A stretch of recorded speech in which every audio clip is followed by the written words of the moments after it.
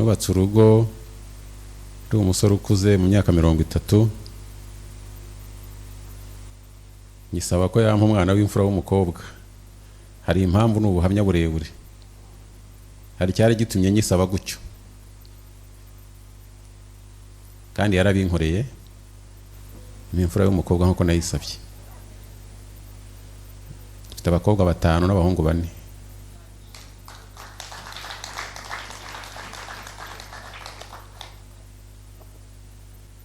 Igitangaza gikomeye njya mvuga ntayanceceka aho ngeze hose, nkuko kijya gitangaza ababyumvise. Ndwana n'ibindi bigeragezo bisanzwe ndetse binakomeye, ariko hari ikintu kimwe Imana yandinze gikomeye, kandi sinayibaza impamvu, nyine niko yabishatse. Haleluya. Maze imyaka 26 nubatse.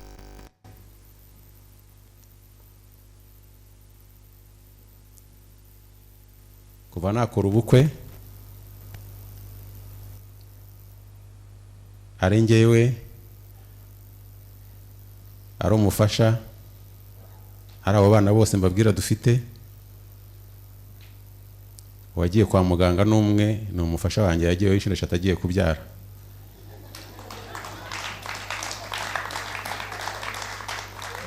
Izindi 6 yazibyariye mu rugo. Abo bana banjye uko ari 9, umwe w'imfura ejo umunsi w'ejo nibwo yagiye kwa muganga bwa mbere, agiye kwivuza ijisho. Abandi ntago bazi kwa muganga uko hasa. Kigerageza Imana yarakindinze. Haleluya. Ikindi nyashima Imana nuko ndinze ngana ncyuko mundeba. Nta muntu urankubita, nta nuwo ndakubita. Ntago nigeze ndwana kumva nabaho. Ntago ndaburana, nta urandega, nta nuwo ndarega. Najyaga nongeraho ngo sindafungwa, ariko nafunzwe iminota 40, numva imbere nk'amasaha 40.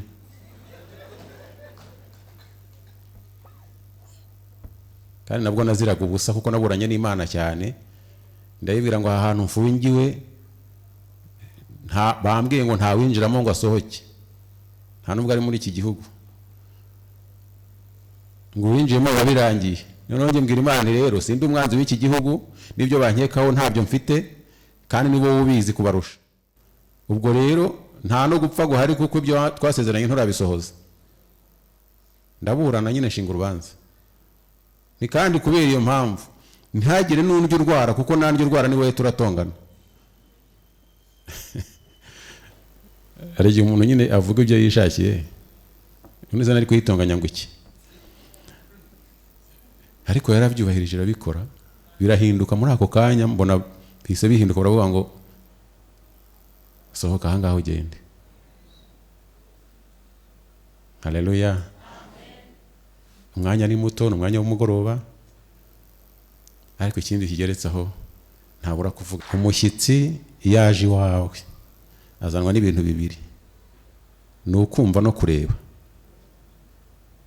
Kandi yarebye hari ibyo abona, iyo yumvise hari ibyo yumva, byose arabitahana burya. Rero hari ibyo nabonye, hari n'ibyo numvise. Haleluya. Kubw'ibyo nshimye Imana. Ndi umuririmbyi, maze imyaka, ejo kuwa 5 nzaba nujuje imyaka 29 mu gakiza.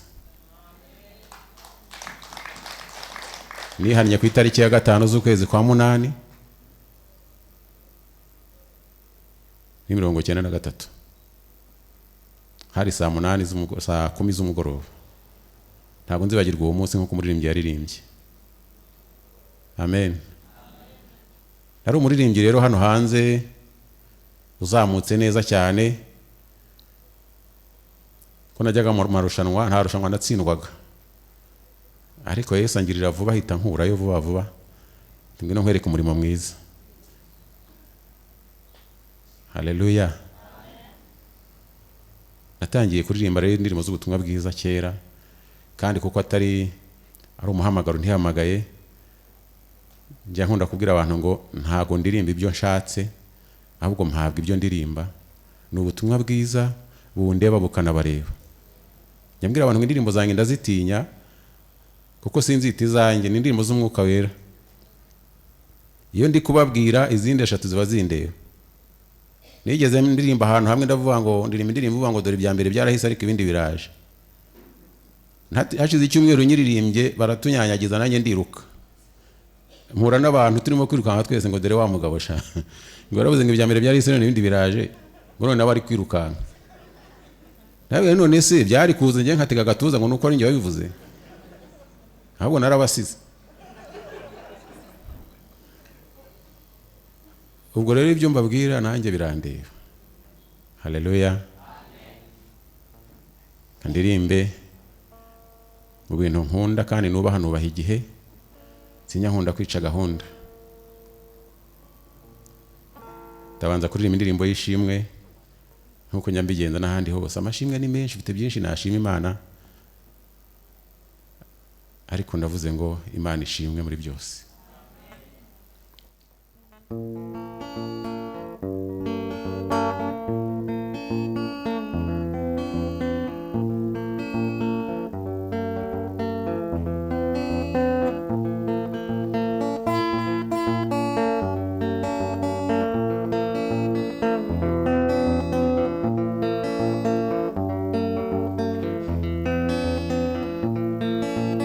Uwiteka muremyi wanjye kandi mwongeri w'ubugingo bwanjye, ndagushimira ineza wangiriye ukandinda n'uyu munsi nkaba nkiriho. Uwiteka muremyi wanjye kandi mwongeri w'ubugingo bwanjye, ndagushimira ineza wangiriye ukandinda n'uyu munsi nkaba nkiriho. Turi neza yawe Mana ntigihinduka habe na gato. Turi neza yawe Mana ntigihinduka habe na gato.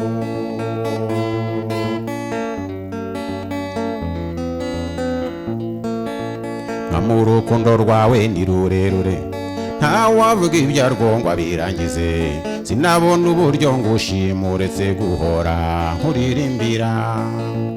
Mu rukundo rwawe ni rurerure, nta wavuga ibyarwo ngo abirangize. Sinabona uburyo ngushima uretse guhora nkuririmbira. Kuko ineza yawe Mana ntigihinduka habe na gato.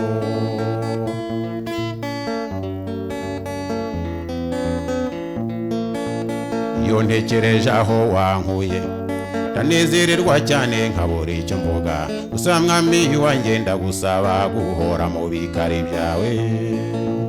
Iyo ntekereje aho wankuye ndanezererwa cyane nkabura icyo mvuga. Gusa mwami wanjye ndagusaba guhora mu bikari byawe. Kandi iminsi yose ngahora ngendera mu nzira wishimira. Kuko ineza yawe Mana ntigihinduka habe na gato.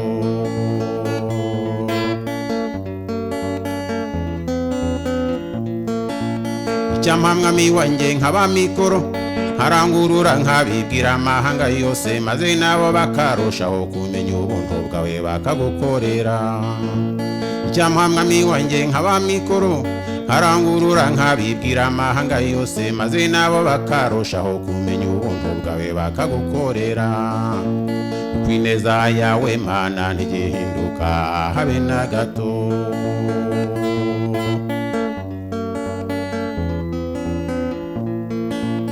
Mwe mwese abagiri ubwo buntu, uze dufatanye kwibuka aho yadukuye, maze twese duhaguruke duhimbaza umwami witwa Rukundo.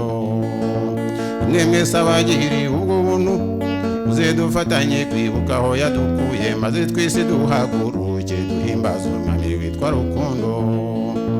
Haleluya, haleluya, Yesu shimwe warakoze. Haleluya, haleluya, mwami icyubahiro ni cyawe. Haleluya, haleluya, mwami ukwiye amashyi n'impundu. hareruya hareruya mwamukwiye amashyi n'impundu